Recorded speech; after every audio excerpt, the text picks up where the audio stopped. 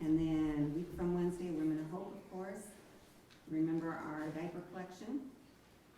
And of course, Pastor Viv got through his surgery, I think all of you know, so much better this time, because you know it's on the other side of all of it. Last time it was, oh, gotta do this again. So I'm very thankful for that. Last night the church got an email, and I was just pretty excited about it. I haven't responded to him yet, so I gotta respond to him this afternoon. And probably can't pronounce his name right. But Ivan Koldanov, possibly. Anyway, he visited our church last fall. I don't know if all of you remember, but he was an exchange student, and he visited our church. He is back in the Ukraine, and he said, "Good day, my name is Ivan, and right now, in the middle of my spiritual search, I am looking for a church in my country, Ukraine, close to the faith that your church preaches." Now, when he came, he had been visiting different churches, and he just happened to visit our church, and he didn't come back again, because he was kind of just trying to visit different ones. But anyway, close to the faith your church preaches. I have been once to the Church of God in Hutchinson, and other than being very much impressed by the sermon, that's you, I guess, and singing, I found non-Trinitarian understanding of God very close to the one I understand. Could you advise me in it? Again, it doesn't have to be associated with the faith of Abraham, but at least non-Trinitarian, situated in Ukraine. Thank you. I also love the one song, and for a long time was trying to find it on the internet, having no success. It is about the second coming and contains the lines like, "Let the evil fear or set the earth on fire." Well, it's build your kingdom. Build your kingdom here. We did that day. I would highly appreciate it if you told me the name. Thanks.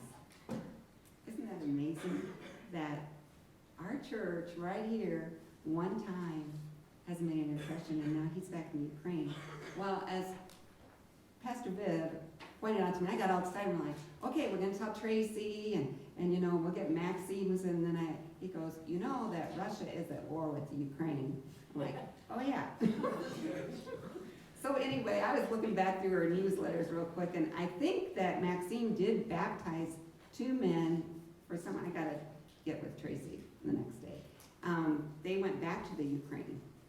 So for some reason they were in the Russian area, and he did baptize them. So maybe Ivan can connect with them, and we'll see.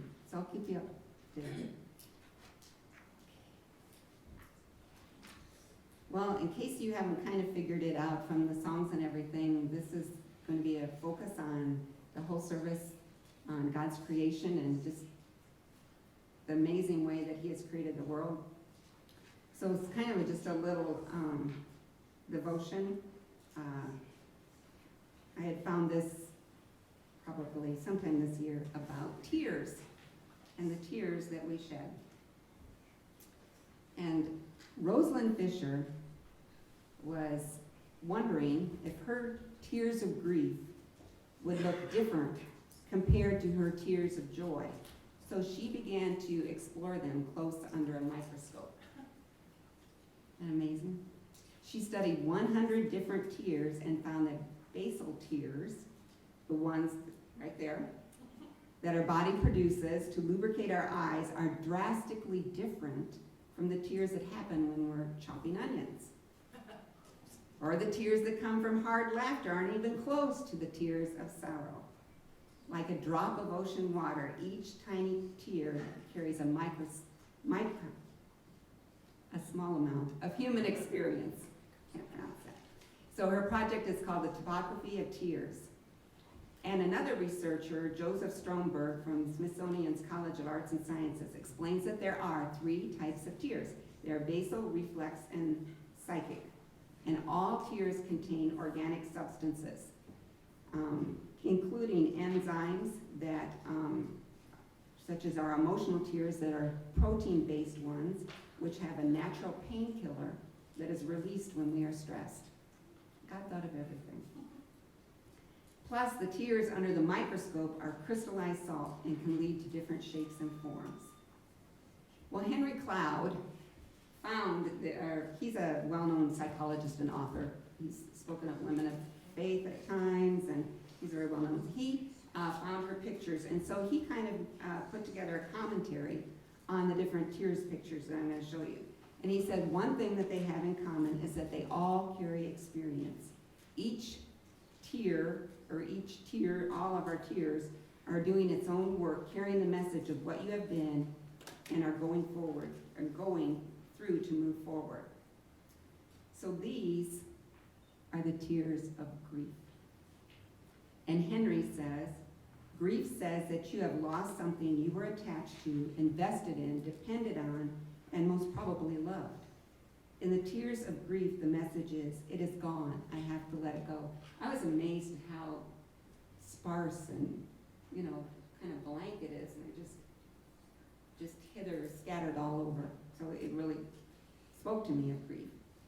These tears are doing an important work of taking the pain from letting go out of your system. They are helping you value what or whom you have lost, reinforcing the power of love, reminding you to never forget the importance of that person or investment of your heart. Anybody want to take a guess on what these tears might be?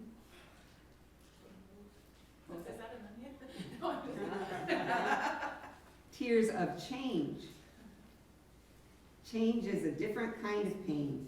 Change means that we have to take in new data, information in ways, kind of like when you rip out the frames and walls of the old buildings and begin to try to remodel the house.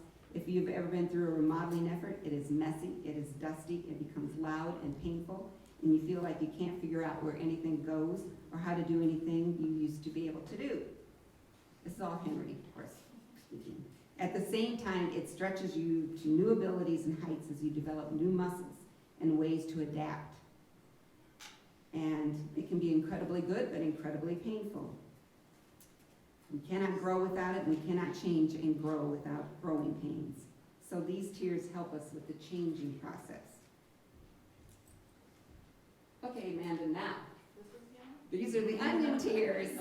These are the onion tears. Yeah, it's just in your face.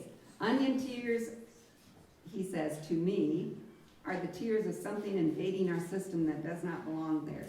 It is toxic. We reject it. When I read these, I thought of Jeff and Vivian that don't like onions. Like, yes. But even when we're cutting them up, peeling them, we reject them as far as our eyes. Our chemistry says, go away, get out of it, you do not make me feel good. We are wired in that way to know what is toxic for us. It can be the poison of a group or organization or almost any aspect of life. Any experience that has a toxic effect on our system is not going to feel good to us. So these tears help us get the toxic out. These are interesting. These are laughing tears. And this is his favorite, of course. I think everybody's favorite. What is laughter except the expression of various positive emotional states? And it's fun to laugh till you cry. Because if you laugh till you cry, you are really, really, really laughing. I know Pastor Viv always talks about the time when they were at some kind of conference, pastor's conference, and my brother was there, and he got to laughing at the speaker so hard that he was practically rolling in the aisles, I think. It is mainly just goodness. You have taken in an experience or realization that has made life lighter. Your body's expressing it, and it releases energy and joy and your tears.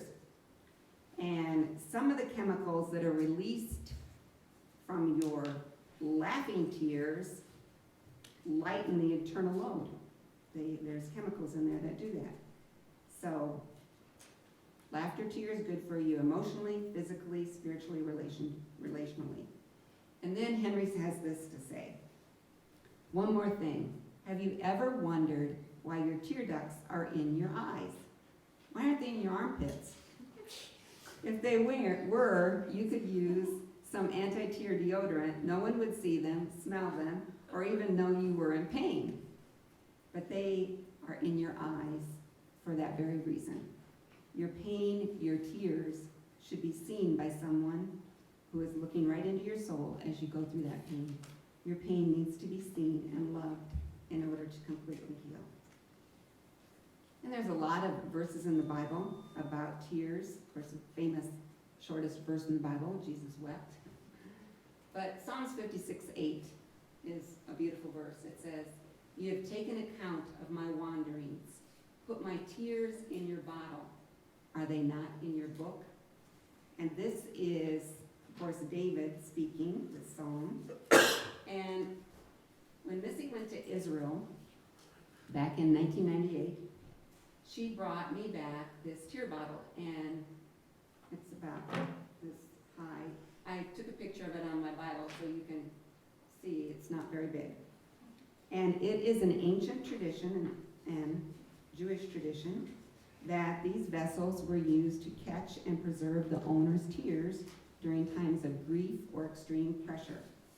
And so the verse that we just read was written by David when he was being pursued by Saul on one side and surrounded by the Philistines in the city of Goliath on the other. So mourners would also catch tears in a bottle and seal them, or they would place glass bottles or cups with tears in burial tombs as symbols of respect. So they would catch their tears. It was a reminder of how precious our tears are to God, and how even our tears help our bodies as a whole to heal, to process, and to enjoy life.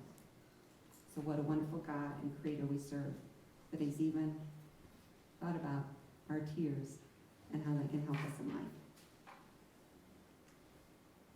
This time we'll receive the Lord's tithes in our